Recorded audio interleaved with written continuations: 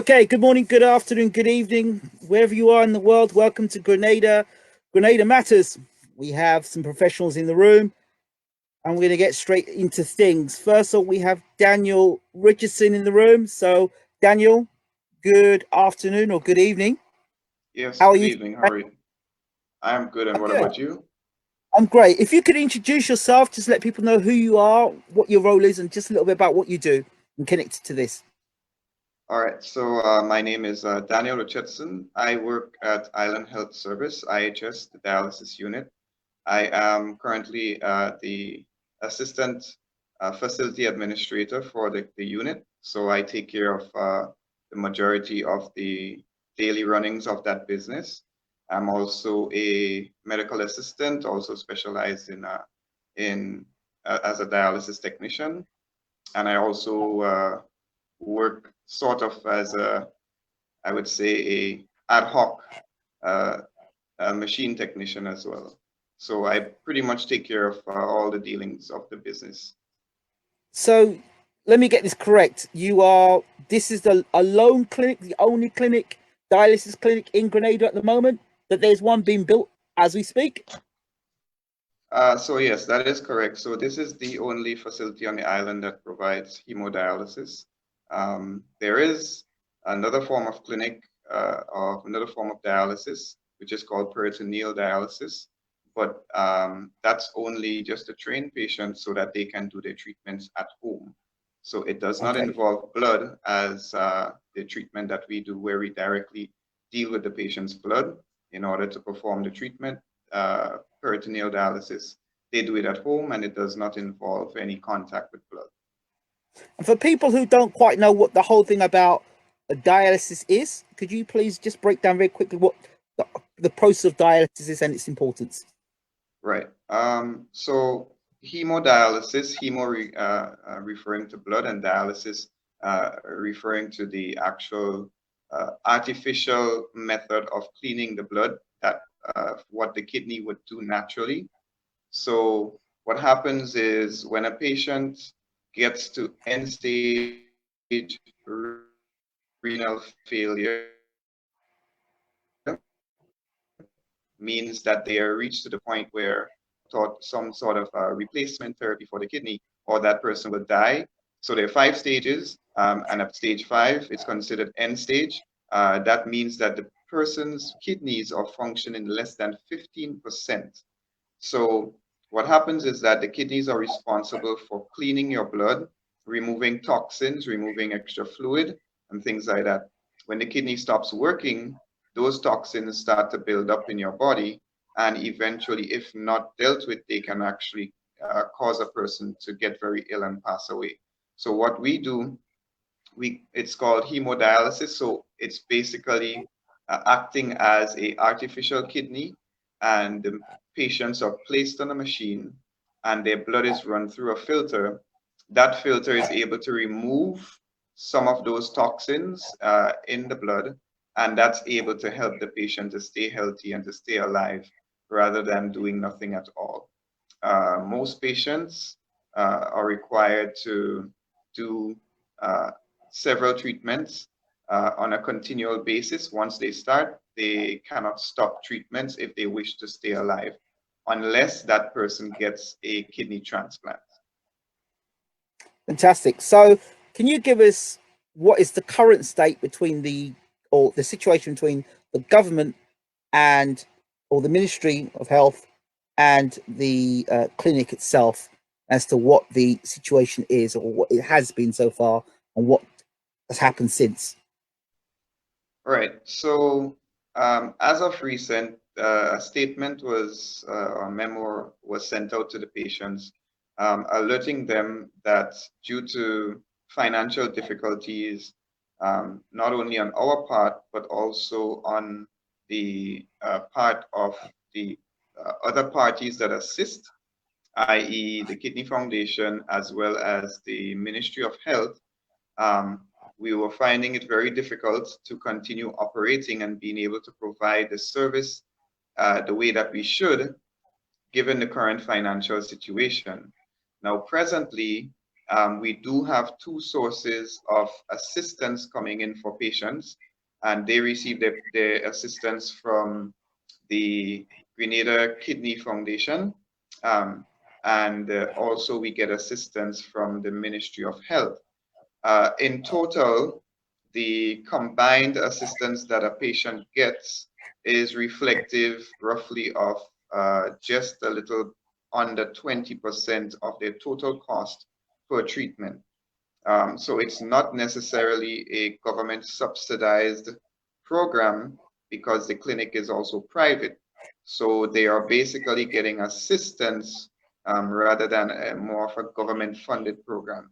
Because of this, however, the patients are now burdened with the cost of covering the other 80% of the treatment, and that can amount to quite a bit, given the fact that the clinic is private. Although we try our best to keep everyone or keep services running, we have continually over the years allowed for patients to be indebted to us just so that we can provide services to them.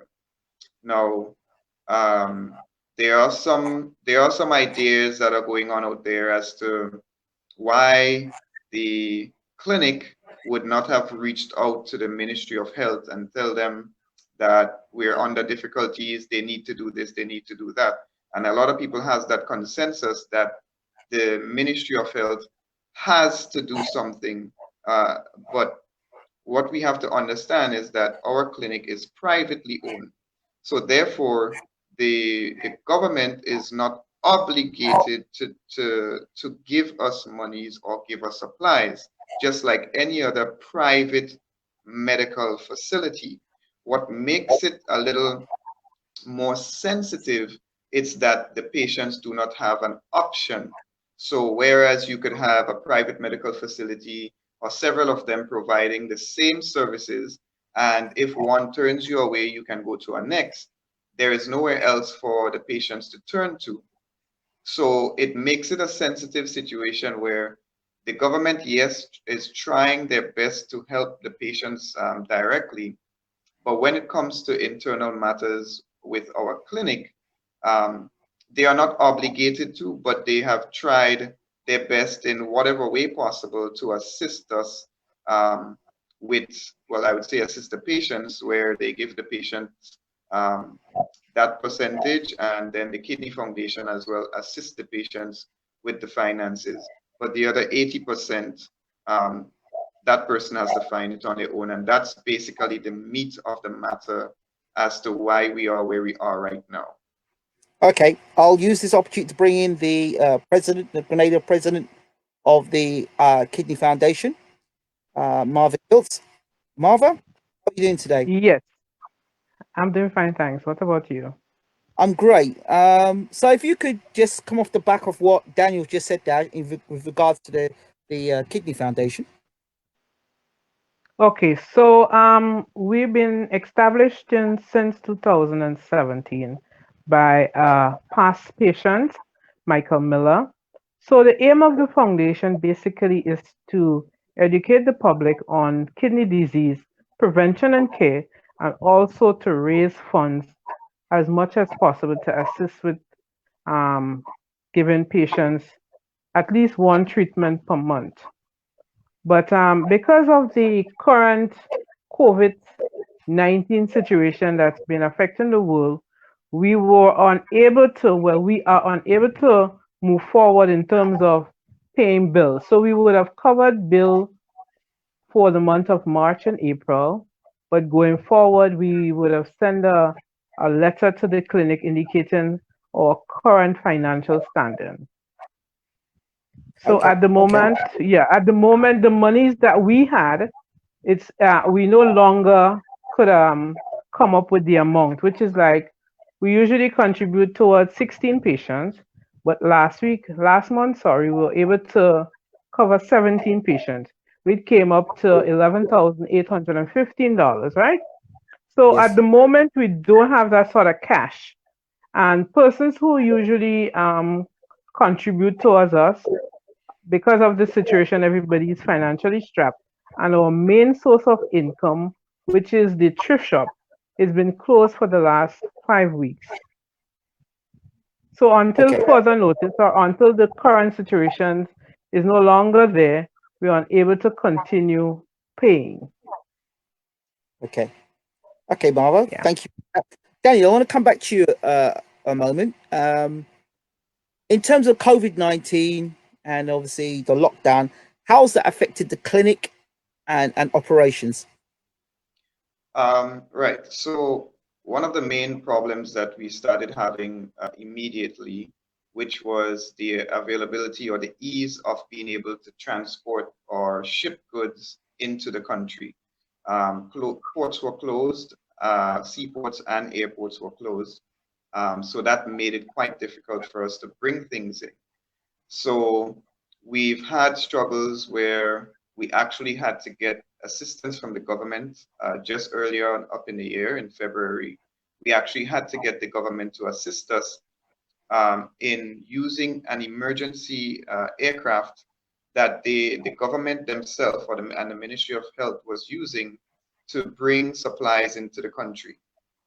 Our goods was on a different carrier, and because that carrier had to cease operations, we had to then find assistance in getting the supplies in so that we can continue our services. They did assist. They got us contacts, and we were able to migrate our supplies from that one carrier onto that RSS emergency flight that brings in emergency supplies, and we were able to continue with the supplies with our services for a while. Now, the other main thing as well, which COVID-19 has done for us, which is unfortunate, is that our supplies come mainly from the US. I would say 80% of our supplies or consumables come from the US.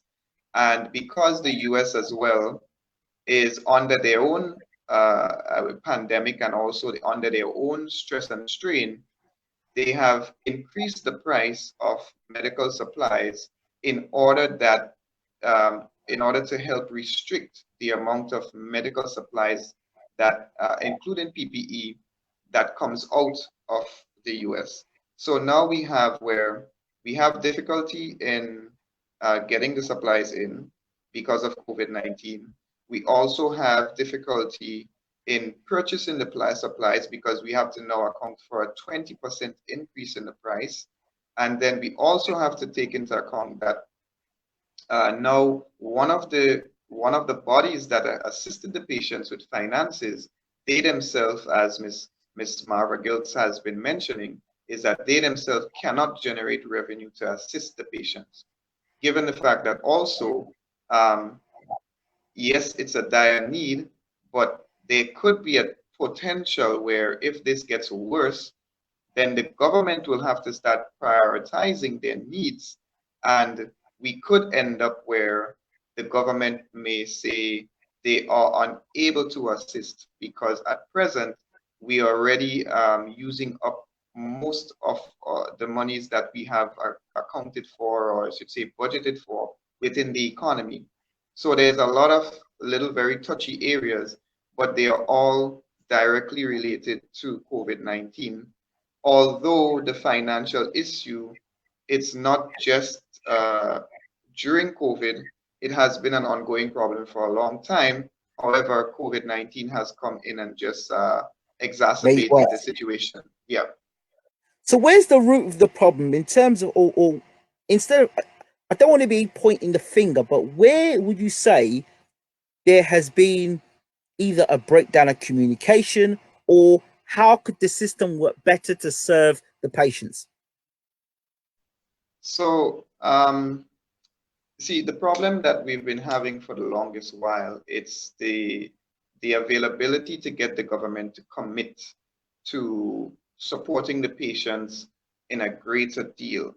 Now, which I need people to also understand that coming from the government's perspective and in regards to the economy in which Grenada has, it's understandable that they would move in that way to some extent. Reason being that dialysis is one of the most costly uh, medical services that we can have of any continual outpatient service, medical service that you can provide. Dialysis is one of the most expensive as well as one of the most long-standing services that a person will require. So the government wants to help and they are trying to help in ways that they can. However, they will have to dig extremely deep and they will have to find extremely deep pockets in order to maintain and serve the patients, similar to the way other economies or economies that are much larger than us are able to do so. It's although it has been said that communication there may seem to have some bit of miscommunication, but the story that we are telling right now is the same story that we have been telling for years, right? The story has not changed. Pre-COVID-19, we've had issues with supplies. We've had where clinic had to close down because we couldn't get supplies, because we were strapped for finances, because that 20% that we're getting assistance from other parties, it just does not cut it. Sometimes when you're depending on that 20% plus whatever patients may contribute, it doesn't cut it. So we're always in a deficit, but we've always managed to stay afloat somehow, right? So even though it might seem as there's miscommunication, there really isn't.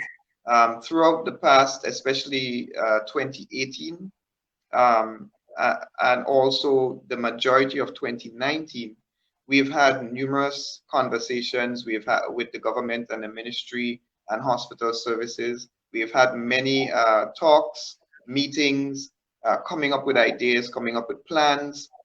We've had many petitions that were sent out for assistance and exactly how it can be done and things like that. But nothing has really come through that is sustainable, right? Because it's so hard to sustain such a project. We have not had that commitment fully. The commitment that we are getting from the government on the patient's behalf, it's still not enough to keep the service running the way that it should. So that's Can I stop you basically there? what's, yeah. Can I stop you there? Now, to, and again, please, if I sound ignorant in this, please do pull me up on it. But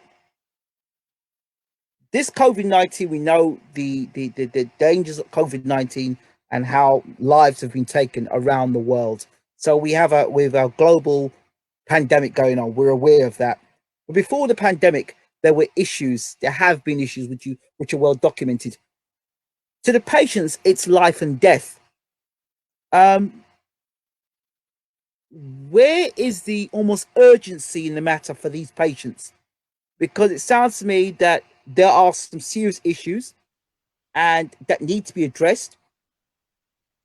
Why can there not be some sort of progression, some sort of plan to say, look, this is where we need to be. We need your commitment here for us to get this over the line. Why is there all this, as you said, been going on for years? Because it seems to me if you're doing the same old thing, expecting something different, that's insanity. Surely there should be something in place to say, look, this isn't working. We need some more commitment from you here, or some sort of teamwork to ensure that things are not just getting by, but the patients from month to month are looked after in a manner which you don't have to have the situation that's come to now, Daniel. So again, I'm not putting you to blame for this or the government. I'm Yep. just saying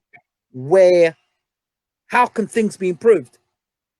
Well, I would say in response to that, now there have been times where I would say internally from the proprietor themselves have conversations, I would say, have broken down because to a certain level, they could not have seen eye to eye over time with certain things.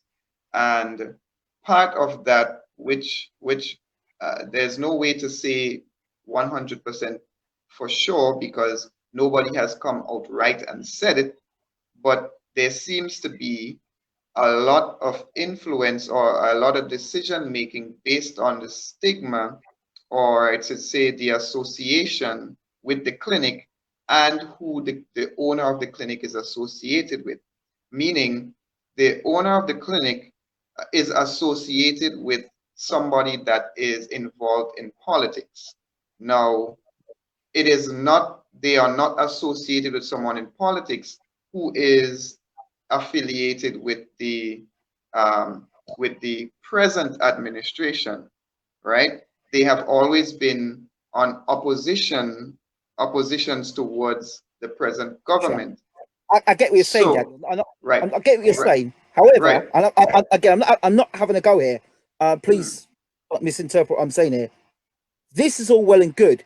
Say, well, this person here and that person don't see eye to eye. But to the patient, that really doesn't matter. They just want their treatment. Exactly. Why should one person, another person not getting on, regardless of their political affiliation? Why should somebody else's health suffer because of two people not getting on or political affiliations? This has got to be more. It's got to be more important than politics. It's surely got to be more to do with a person's health, life, and death. Right. But like I said before, apart from not persons may, like I said, it has not been said directly, but apart from political affiliations and not wanting to merger with somebody or persons that are of the opposing parties, like I said earlier, it is a commitment that is going to have to make the government dig extremely deep within their pockets to the point where it may not be sustainable. Grenada is a country that depends on tourism, right? Unfortunately, we don't focus anymore on, like in the past, we don't focus anymore on export. We don't focus anymore on industry. Our focus mainly is on tourism.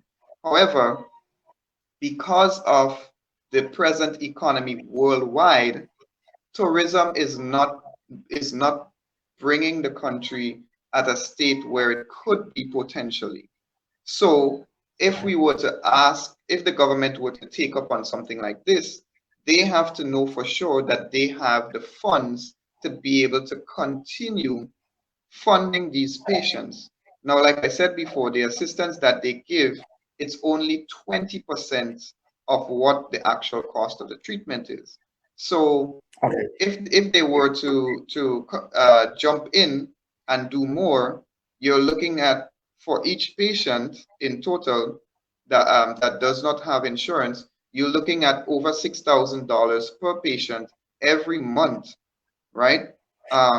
Which can add up to quite a bit of money in a very short space of time. Now, take into consideration as well, which they are know as well, if they are able to assist more, the quality of the care goes up. If the quality of the care goes up, then we're going to have more patients who are going to not opt out of being treated. They're going to actually say, you know what, I'll take a chance at life, because a lot of patients don't want to even start dialysis because they're afraid of the cost. So if you open that avenue up, then you're looking at persons who would have opted out of treatment. They're actually saying, okay, let's go. So now you're going to have double, even triple the amount of patients. So you're going to have more money to put out. And then if you also increase the finances, the quality of the treatment or the quality of care that is given increases, which means that for sure the longevity of these patients are also increased. Now, even though they may be thinking from a medical standpoint, they also have to think from a financial standpoint. So it's almost like I'm doing a good that's going to eventually hurt me, and I would not be able to maintain this. Well, that's my philosophy on how they may see it. Unfortunately, who's caught in the middle are the patients themselves, and they're the Yes. ones that really suffering, because again, Grenada does not have an economy that allows persons to be able to live as a dialysis patient and be able to carry on financially as any other person. So we're basically between a rock and a hard place, and that's why we're here today trying to see, what can be done. How can we get to where we need to be? Okay, thank you very much, Daniel. Marva, I'm going to bring you back in again. Yes, I'm here. President of the health, the Kidney Foundation. You've heard what Daniel's had to say. What are your thoughts on what he had to say? Anything in terms of, and in terms of what the Kidney Foundation would like to see happen, and give us an update in terms of fundraising and how it's been affected by COVID-19. Okay, so in regards to what Daniel is saying, as a foundation, we sometimes tend to stay neutral, and what we do is to go out there and try to educate the public on the dangers of kidney disease, and try to see if we could target our aim for this year was to target the school children to make sure that they know in advance what are some of the things they should stay away from, what are some of the things they should do. So we as a foundation, we were more interested in preventative and to assist persons who are at end-stage failure. So in terms of the situation with the government and the clinic, we tend to stay mutual with that one. Okay. Right? So for this year... Yes. Yeah, you were saying something? You were going to ask me No, something? go ahead. I was just yeah. Okay. So for this year, we were planning two main fundraising activities, which are a motorcade. We usually go around the island and try to source funds. But unfortunately, the one scheduled for July, we have to cancel it because of the current situation. Also, in the month of August, we usually have a session for the patients and their relative. Basically, we have a psychologist dealing with the psychic of dealing with the actual disease itself, living as a kidney patient.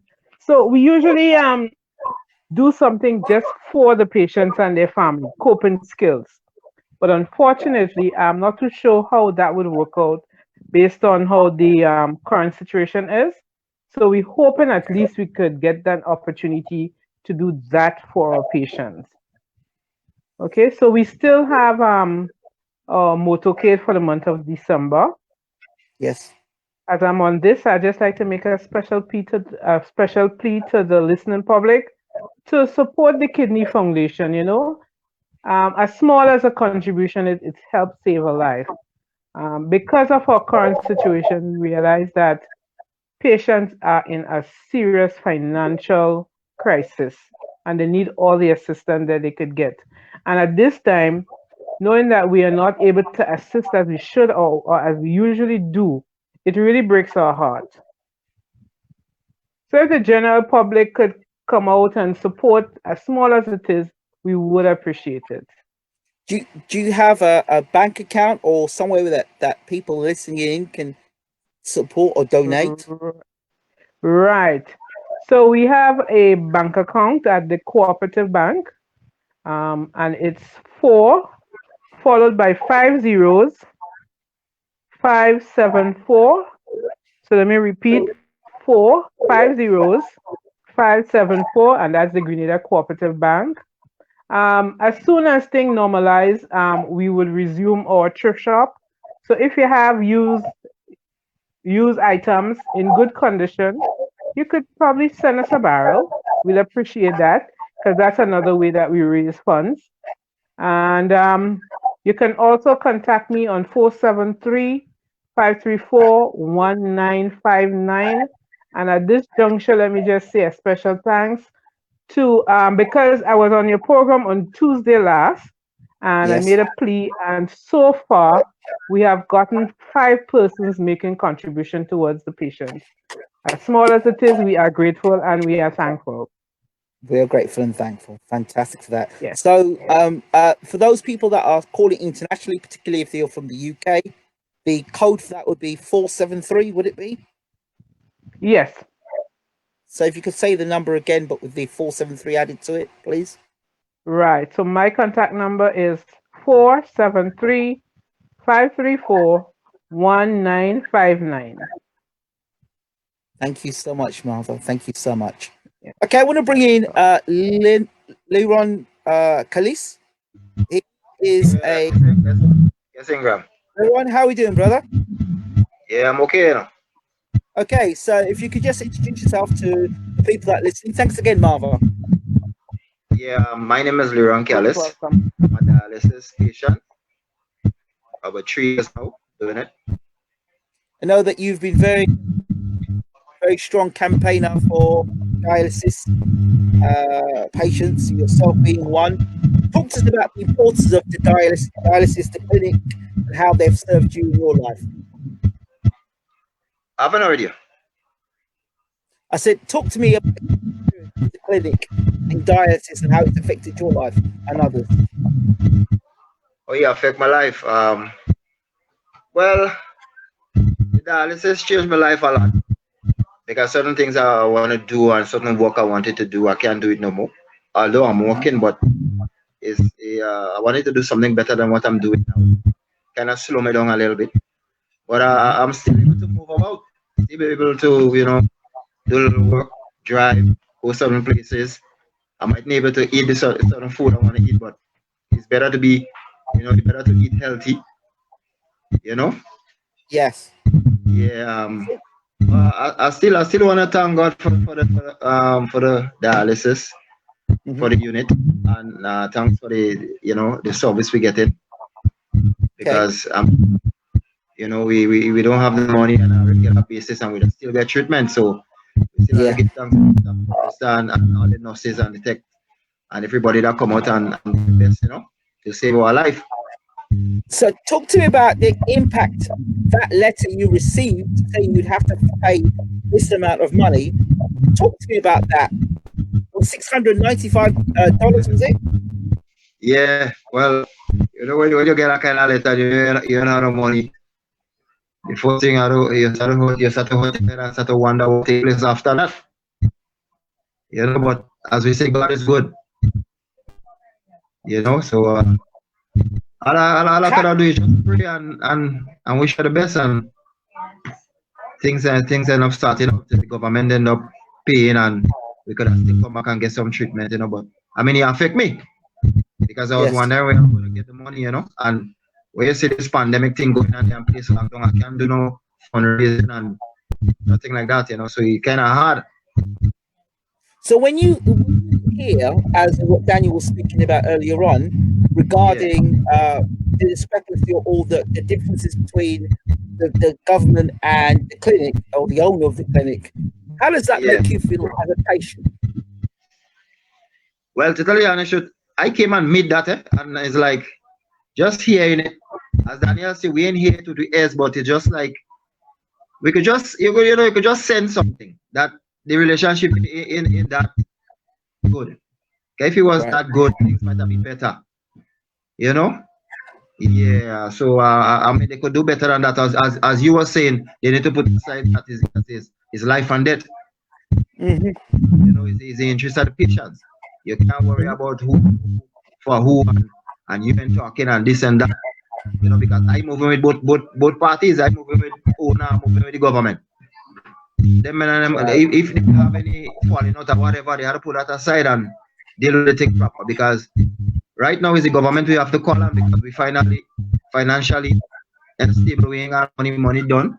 I mean, when we now started treatment and thing, we have to come up with cash, we have to pay us, but the money finished, and then the patient does bring in what they have.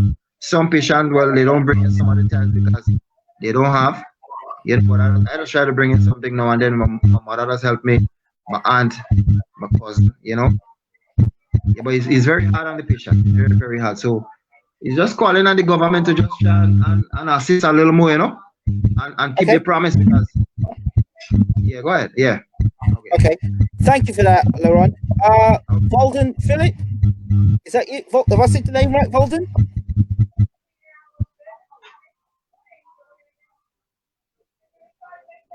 Well, I'm here. I think you're muted. Let me unmute you. See if you're muted, Walden. All right. Right, you guys hearing me now? Yeah. There you are. Leron, go ahead and mute yours, please. Are you hearing me okay now? Fantastic, Walden. How Right. are you? Aye, so I'm Walden Philip. I've been a dialysis patient for the past almost 3.5 years now. For me, it has been a life-changing journey. When I No. Oh. It was like we've just lost Walden there. So while we're waiting for Walden to come back, can we bring in Miss St. John? Are you there?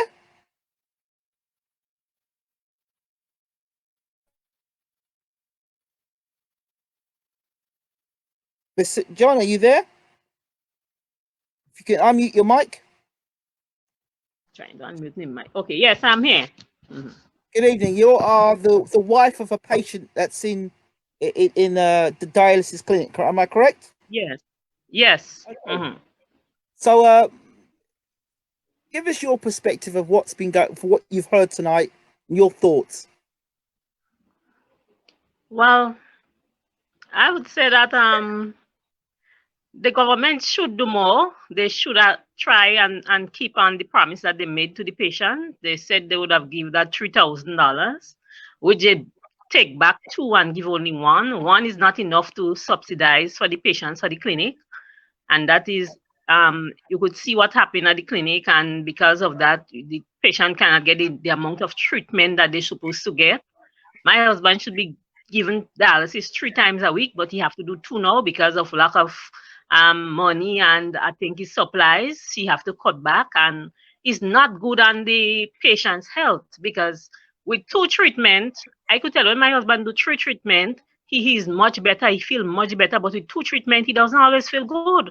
And by the time the 2nd or 3rd day, he can't sleep, he's restless, he's most of the time he sits at the end of the bed when the night comes. He can put his head flat, he can lie down, as it should. We try our best, but as everybody else said, the cost for the treatment is a lot. It takes a toll on the family. I mean, I'm working, my husband is not working now. Whatever little savings we had, it take a toll on us. It takes away all my savings. That doesn't have the amount of money now to put out to do anything. The money is not available because it drains my pocket. Without he working, I alone, it's very hard for us. So, I mean, the government should really step up and do a lot more to help patients. My husband have insurance. The insurance pay 60% is still not enough. It still can't cover the full amount, almost $7,000 a month. I cannot contribute because I don't have it. So, I mean, there's a lot to be done. I mean, and the government should really step up and do something much, much better for its citizens and people suffering with dialysis, because with kidney disease, because person could live for a long time. And if they get the proper treatment, as Daniel was saying, they could live long, they could work, and they could contribute. But because the treatment is not enough, the person doesn't feel well enough to go about on a daily basis to work, especially when we reach at a certain age. The younger people might be able to because they feel a lot better and because of the strength of their body, but the older persons, is very difficult for them. Very, very difficult for them. And so I think...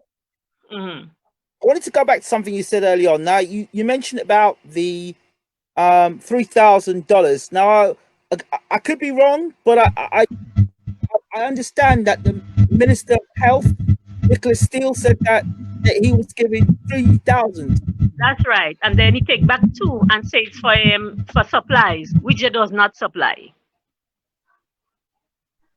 Okay, Ingram, that one point I want to get clear with this $3,000, because I called Minister Steele Thursday, and I had him on speaker, and everybody heard.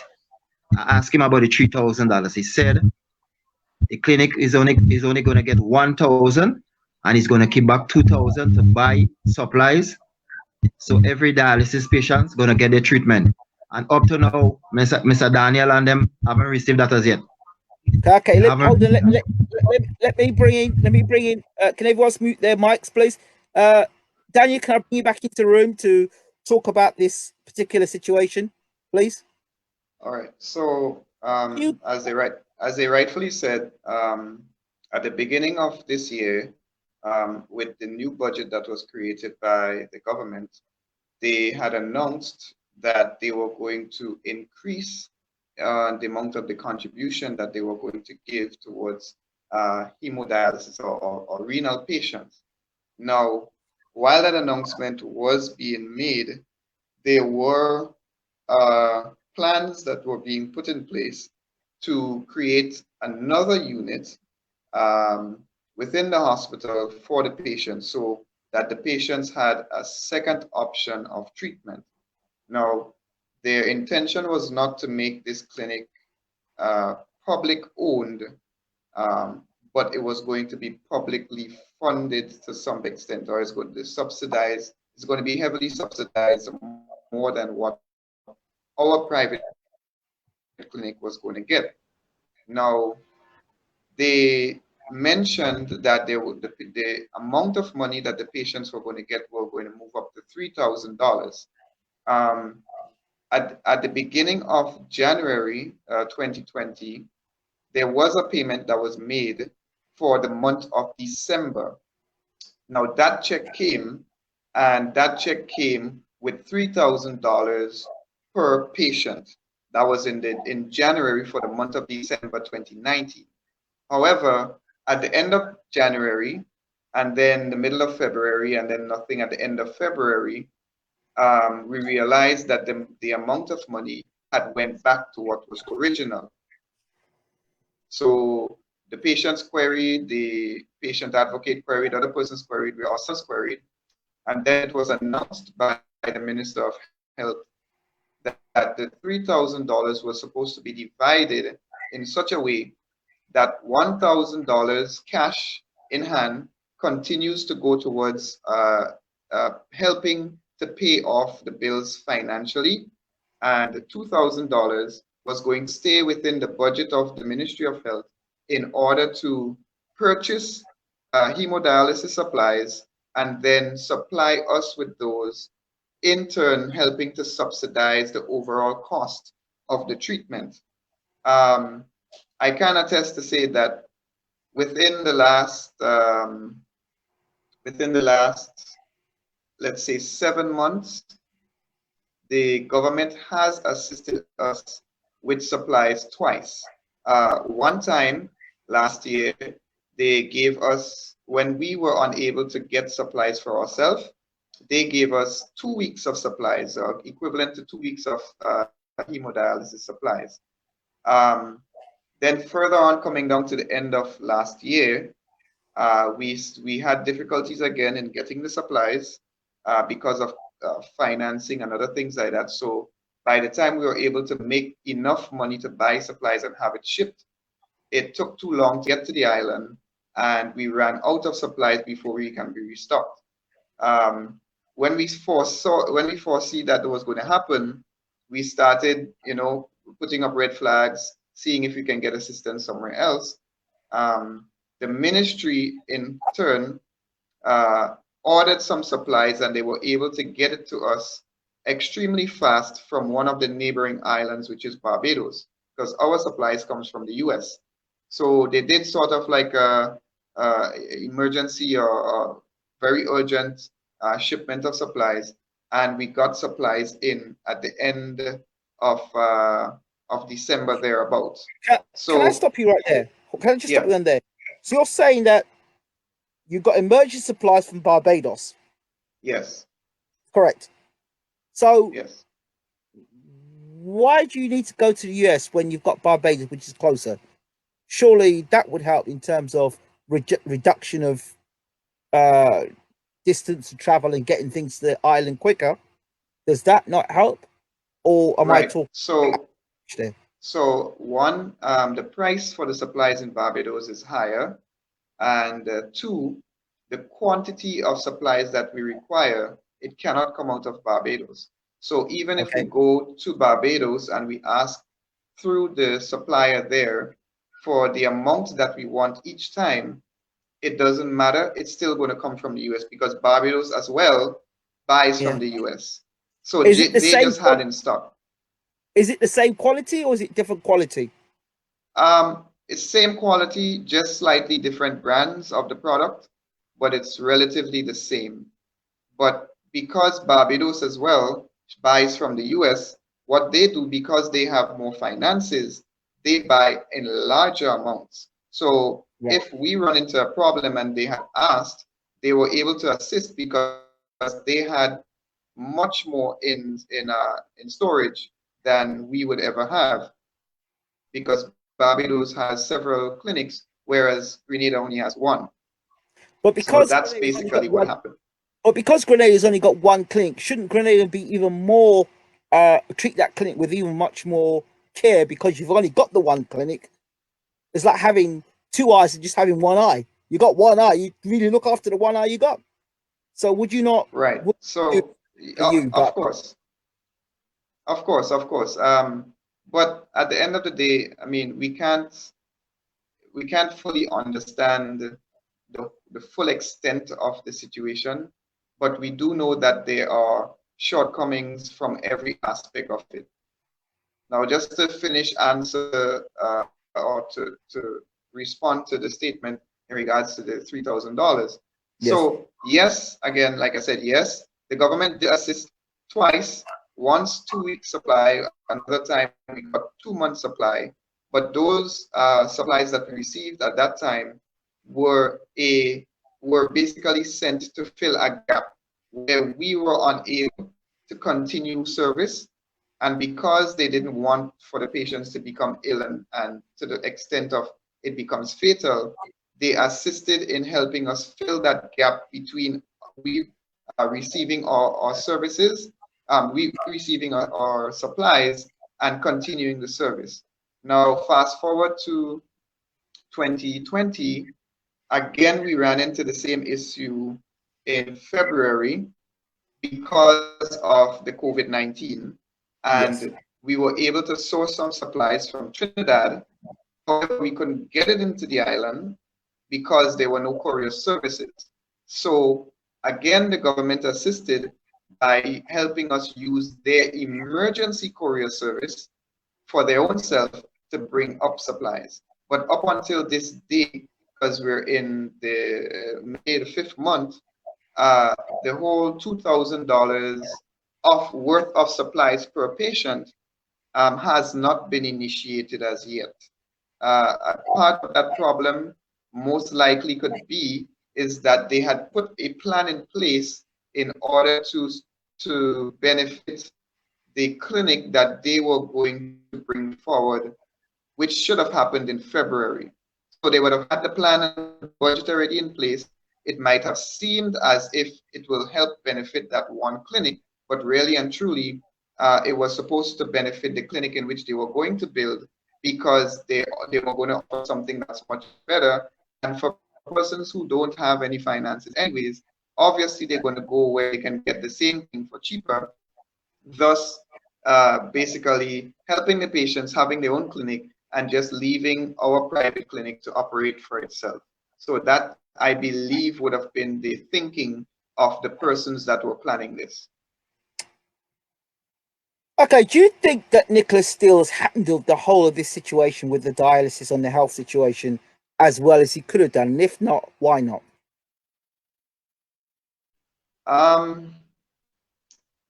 I would say, how should I answer it?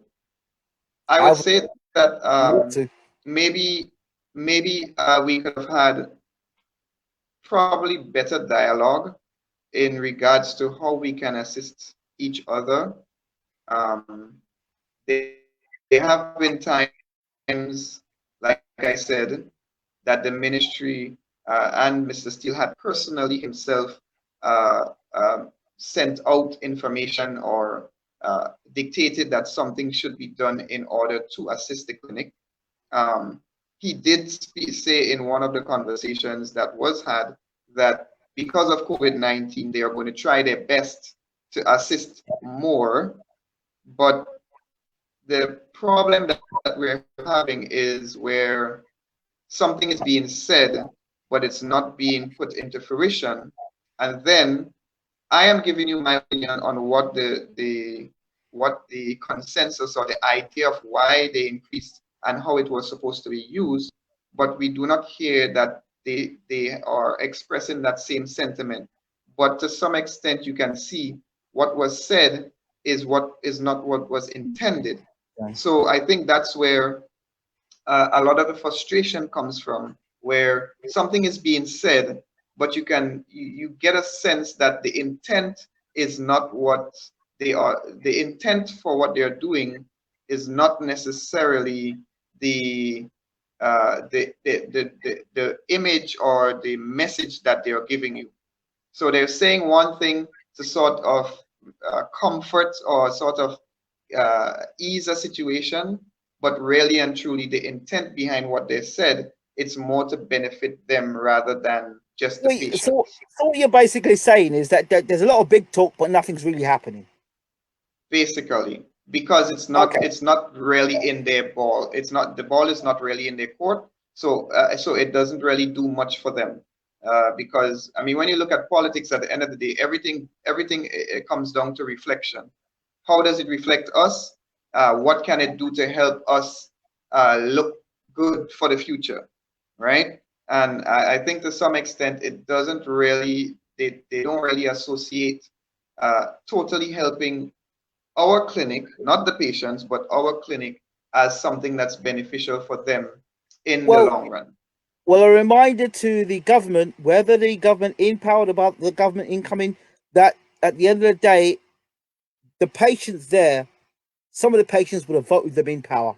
And it takes the patients and the public to vote them into power. And the same public and patients can vote them into power are the same ones that can take them out of power.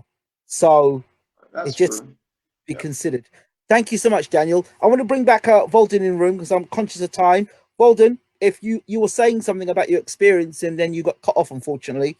So if you could come back in the room and give us your take on things. Okay, yeah, I had to readjust a bit to get a better connection. So, yeah, so I was saying, it has been a real life-changing situation for me personally. From since I've started dialysis, when I started, I was in a really terrible position at the time. And because of that, I was forced out of my job. And firstly, there were times that I was near death and had to be in the ICU for a couple of weeks, and receiving special care in order to be where I am here, to be alive here still today. And sometimes when you listen to some of the comments that people are making out there in the media, and especially saying that now is not the time to be worrying and talking about dialysis and focusing on dialysis, people don't understand what dialysis is about and the importance of getting the dialysis treatment and how it affects people's lives, and they don't understand that if for 8 days I didn't get dialysis treatment one time and I ended up in ICU, I had to be intubated, I had to be on life support basically, because I was not able to get the dialysis because supplies and so forth was not available and machines were not working. Those are the things that we had been facing for a long time. Yes, the services has improved over the years, and we are grateful for that.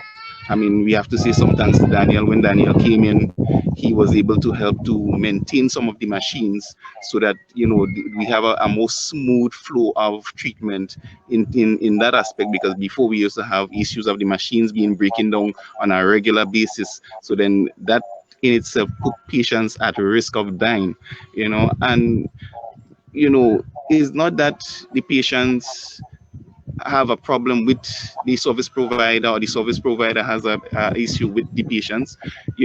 We are, as patients, we are so grateful to the service provider, because as Leron and others have said, that There are months, sometimes we don't have money to pay for treatment, and we are still being afforded that treatment, which is a life-saving treatment. And we are so Yes. thankful for that. We are so grateful for that.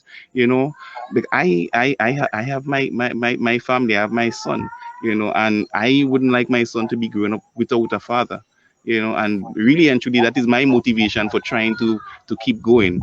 Me not being able to provide for my son as I would like to is a very heavy burden on me, because now I'm denied the right to work.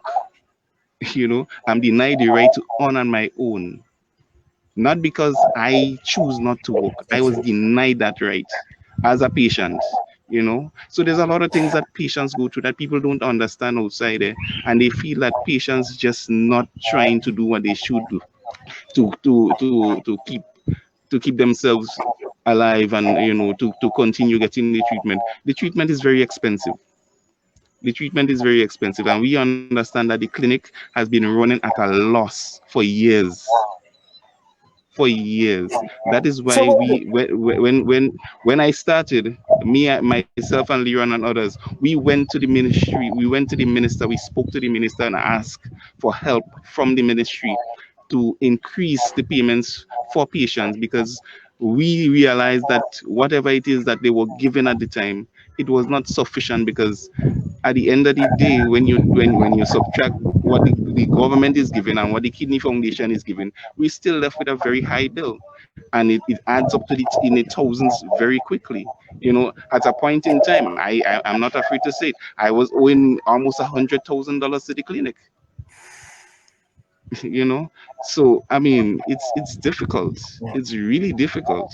You so know, so how that does is why we're here. And we go ahead. how does it Walden, how does it make you feel when you hear that your life and potential other patients or other patients within the clinic could be their health could be getting compromised because of a discrepancy between the actual clinic owner and members of government? How does that make you feel? It's it's gut wrenching. Eh? It's sad. It's disappointing.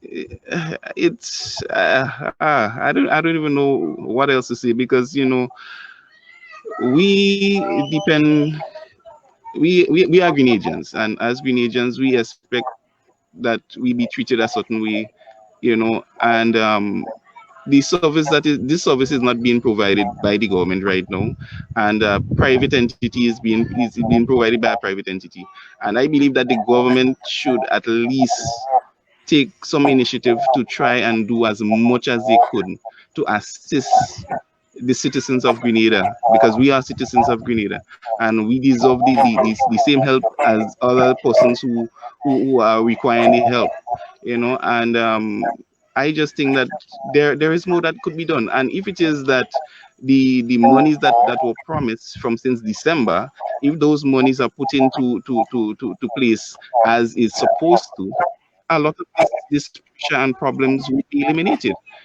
If we get if that extra $2,000 that is promised is being utilized as it's supposed to be utilized, that will ease a lot of the burden on the patients, What do you make and of in turn help the clinic.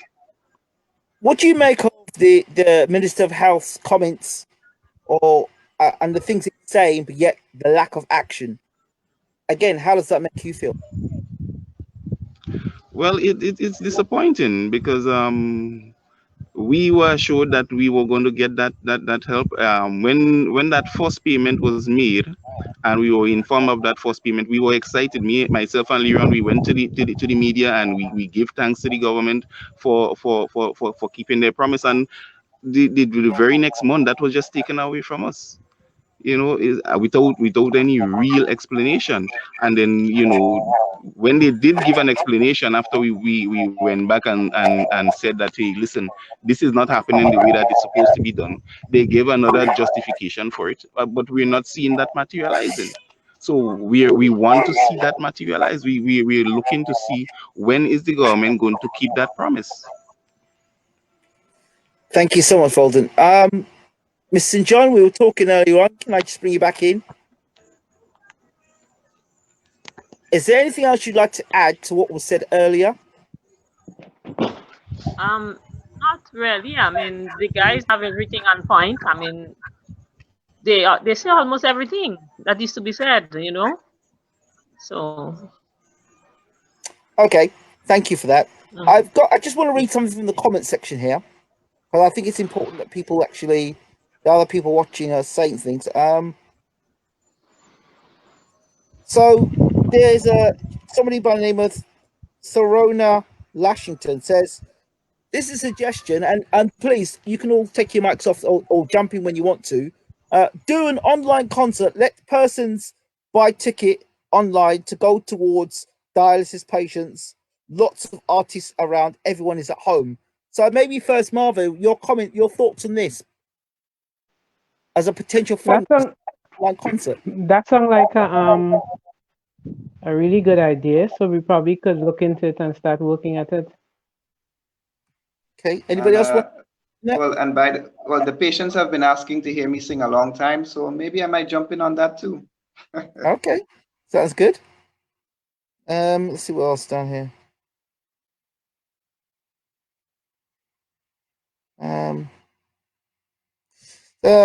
Savannah Silo Thomas says, I'm confused. I'm hearing two stories, the minister and you all. So, Daniel, do you want to jump in on that one? Well, I mean, I'm not sure how much the person would have heard before, but like I said, this is a long-standing issue. It's about the patients finding the ability to pay the 80% of cost that is on their shoulders, and helping others to understand that the contributions that we are getting from the government and the Kidney Foundation is never enough for the clinic to be able to operate, which is roughly 20% of the overall cost. So as much as persons may have their opinions on this and that and the other, the point is the clinic has to operate. And if we are able to get the supplies to treat the patients, to pay our bills and to pay our suppliers, then we are going to reach to a point where nobody is going to get treatment. That's basically what it is. We're just going to have going to get into a point of bankruptcy, basically. So what they are saying is just scraping the surface, if you want to call it that. Okay, thanks for that. Okay, so Sylvanus Silo Thomas, and if I've butchered the name, my apologies. He says, I plan, or he or she says, I plan a concert 2019. I call a lady at the Kidney Foundation and she gave me a number. I tell her I want them on board but they take my number. She never call up this time. I tell her we do an open concert in the school. They got that and others thing to sell, but I have to do it for 2 patients. Miss Marva? I don't recall that conversation. So what I would recommend or suggest, if she can give me a call on 534-1959, we could have a serious look at it. And they've got Earl Maitland here, the leader of the Grenada Empowerment Movement. He says, the persons at the Kidney Foundations are volunteers. They do their best. Try to follow up with them. Life is tough. So I think that's the front there. Right. We're going to wrap this up now. Does anybody have any? Well, I'll just go around to each one of you. I think we'll start with Miss John. Can we start with you, St. John? Let's start with you first. Closing comments. At the end, okay. Well, what I would like to say is that thanks to the government for all that they have been doing, and we are looking forward for them to make some serious commitment to the Kidney Foundation through for dialysis patients. We are looking forward to that coming to the end of this year. Make that commitment. Thank you so much for that, Miss John. Yeah. Laurent? Yeah. Okay. Well, same as Ms. St. John said, they need to keep their commitment. They need to fulfill their promise. Yeah, if they say they're gonna keep the $2,000 to get supply for each patient, let it be done. Are we waiting? Okay. Like on it. All right. Okay. Okay. Thank you, Laurent. Miss Marva. Yes, so just like to take this opportunity to thank you. You're doing an excellent job, bringing our concern to the public and to the wider world as well. Thumbs up to you and to all strong supporter of the foundation, And we just want to encourage the patients to keep strong, continue their strict diet, their limited intake of water and so on, and to encourage the public to continue to support the foundation in whatever and however you can. And if you're interested, you can become a member. Come into the foundation and make that difference. So thank Marva, you.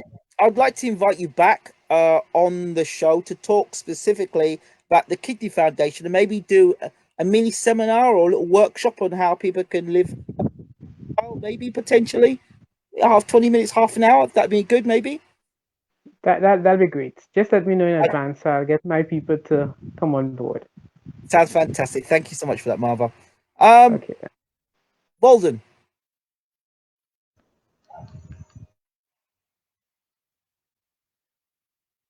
I think you need to unmute your mic first, though. Right. Try again.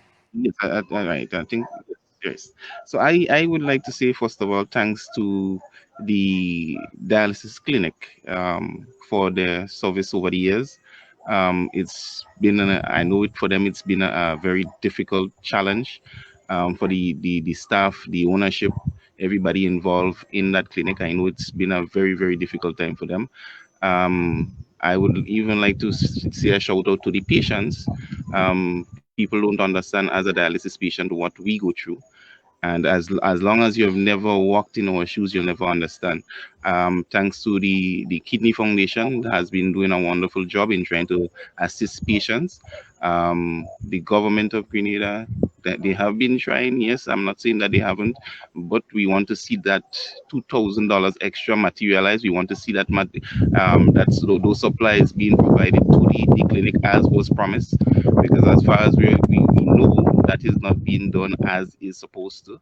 So we want to see that done, and we're hoping that we get your continued support to the general public who has been supporting us over the years, supporting our various fundraising activities, whether it's through the Kidney Foundation or personal fundraising activities. I just want to say thanks to the general public, to the people in the diaspora who has been supporting the Kidney Foundation and even patients directly, and the dialysis clinic, whoever they've been supporting. We want to say thank you to all of you and for your continued support. We know that this time now is very difficult times and monies are very hard to come by, but there are still persons who are giving whatever little that they have. And we want to thank you for your program and for giving us the opportunity to let our voices be heard throughout the world. And we hope that you continue doing your good work. Thank you. Thank you. Appreciate you. Daniel, I'm going to leave the end with you. However, I'm going to ask you a different question, a different ending. You've talked a lot about how the government and the owner have not seen eye to eye. In your opinion, what are the steps necessary to ensure the patients get the best possible care and the government are able to do what they can and everybody can be at least in a balanced state moving forward to close the gaps of, if you want to call it, either it being competence or slackness or even egos, and it just be a case of working together in harmony or as best possible, best practice. What would you suggest? Right. Well, I mean, you almost summed it up in that last statement about just coming together in harmony. What direction should we take? There's several different directions. If we were to look at the services that are providing on the island, just for example, if you're out there and you're thinking about whoever's might be listening, and you're probably a nephrologist, and you're thinking about coming back home and wondering if you might get a job, then come back, because one, the only acting nephrologist that we have on the island is attached to the School of Medicine, and he's also basically retired. So he's just assisting renal patients. So one, we don't even have a proper nephrologist on the island that's attached to the hospital services. Secondly, I would like to see that maybe the talks that the government had before in placing hemodialysis machines and having persons trained within the hospital setting be made a reality. Reason being, it's quite, our health system is very burdened in many different ways. For example, especially the ambulance service. Now, imagine somebody who is gravely sick. For example, like when Mr. Walden Philip would have been placed in ICU.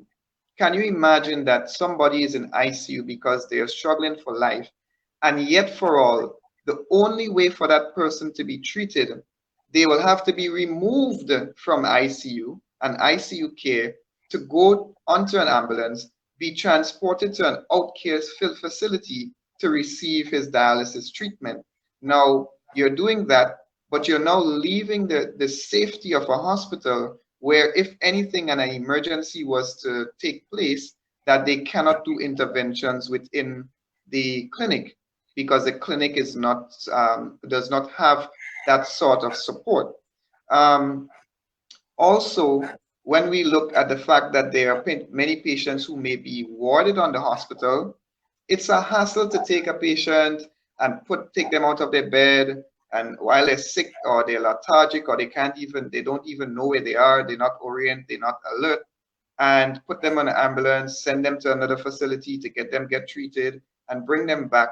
It would be so much easier if the hospital itself would have a portable machine and be able to just dialyze patients within the hospital. That in itself will take off a whole set of burden on how we deal with the situation. So a nephrologist having at least emergency services for dialysis patients be made available within the hospital.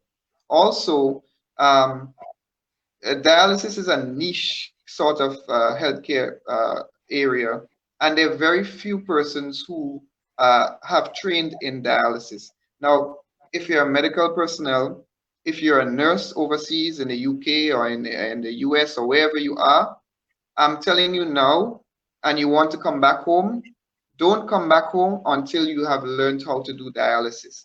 We need persons on the island to be able to do dialysis, to step up to the plate, because the more persons that we have that are trained, then it makes it easier. For example, right now, we only have four staff, and one of that staff is stuck in the US. She traveled and now she can't come back. So now we're talking about 3 persons that perform treatments, and out of those 3 persons, 2 of them actually are attached to the general hospital. So they are doing 2 jobs, and I'm the one that's there permanent. So even that in itself, finding assistance within the community, that nurses that are trained or persons that are trained, it's almost impossible. It's like finding a needle in a haystack.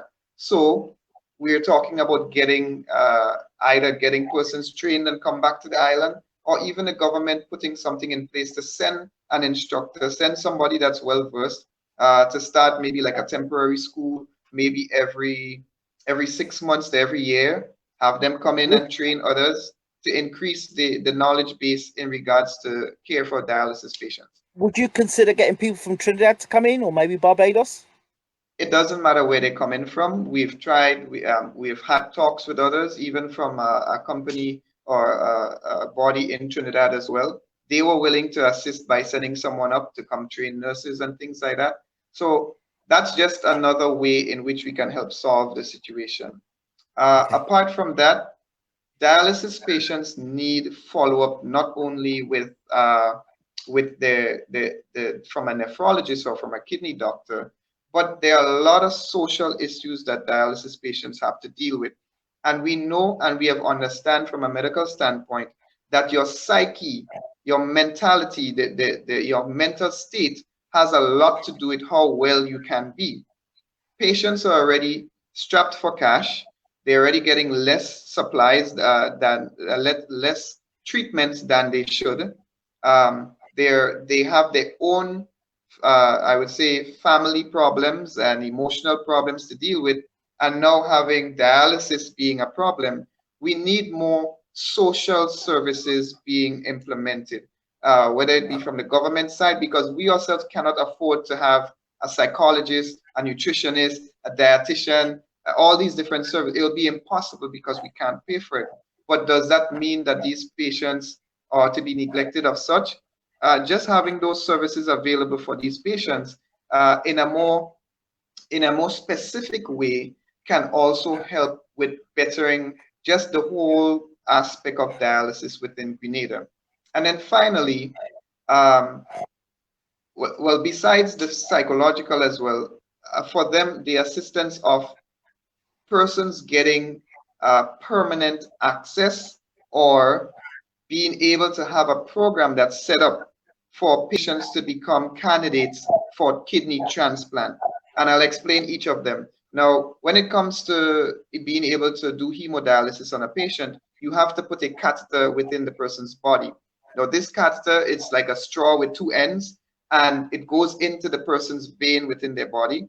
And we take the blood out, pass it through the filter, clean the person's blood out, and put it back in a loop. Now, with that connected to their body, patients cannot bathe, they cannot submerge themselves in water, they cannot wet that dressing. It has to stay clean. And we always have to change the dressing. It's prone to infection. It's prone to being pulled out. So many other things, and it's just uncomfortable.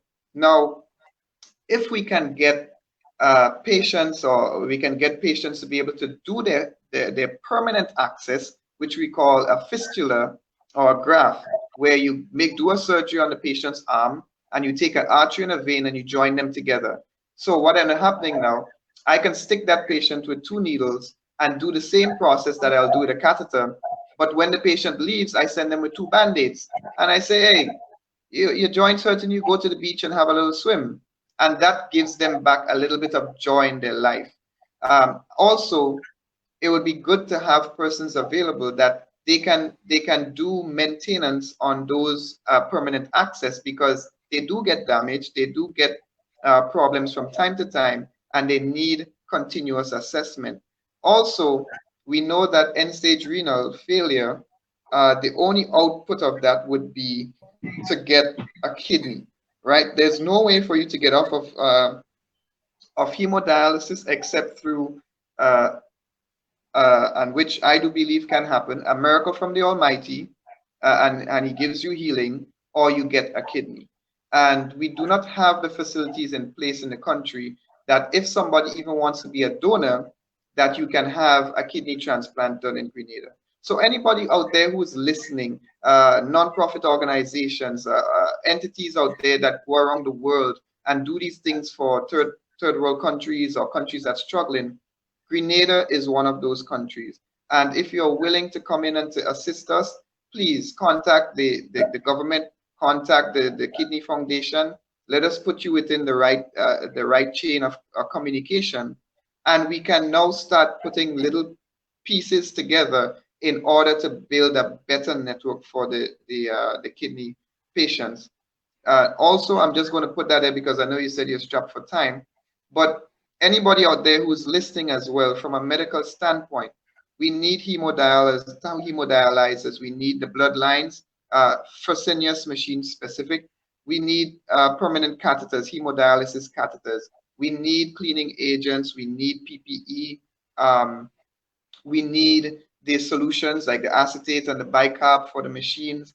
We need a lot of these things, right? We need the waterproof dressing just to help patients sometimes to be able to actually take a bath. We can put waterproof dressings on them, but it's so expensive that we can't get them in the way that we should, right? So anybody who's out there who's listening, These are some of the things that we need. And when it comes to the supplies itself, you can contact the clinic, IHS, Island Health Service, at 449 oh, seems like I forgot the number.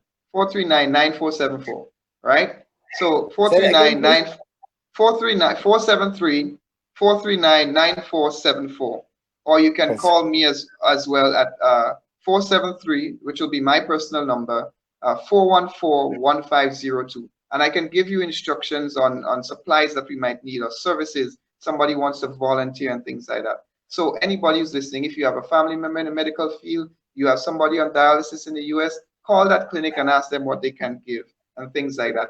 So that would be my part or my piece on how we can make things a lot better. Okay, Daniel Richardson, thank you so much. Miss St. John, thank you so much. Leron Calise, thank you so much. Walden, Philip, thank you so much. And Martha Gilt, thank you so much. Thank you all. We've run out of time. Thank you all so much. We should do this again. Thank you too. You're welcome. Thank you. Yes. Thank you all so much. This has been Grenada Matters. Yes. Yeah, Somebody respect. say something. Oh, okay. Yeah, This one has love. been Grenada Matters on BWTM, and we're out. Have a good night. Okay. Yeah, you too. Bye. Thank you.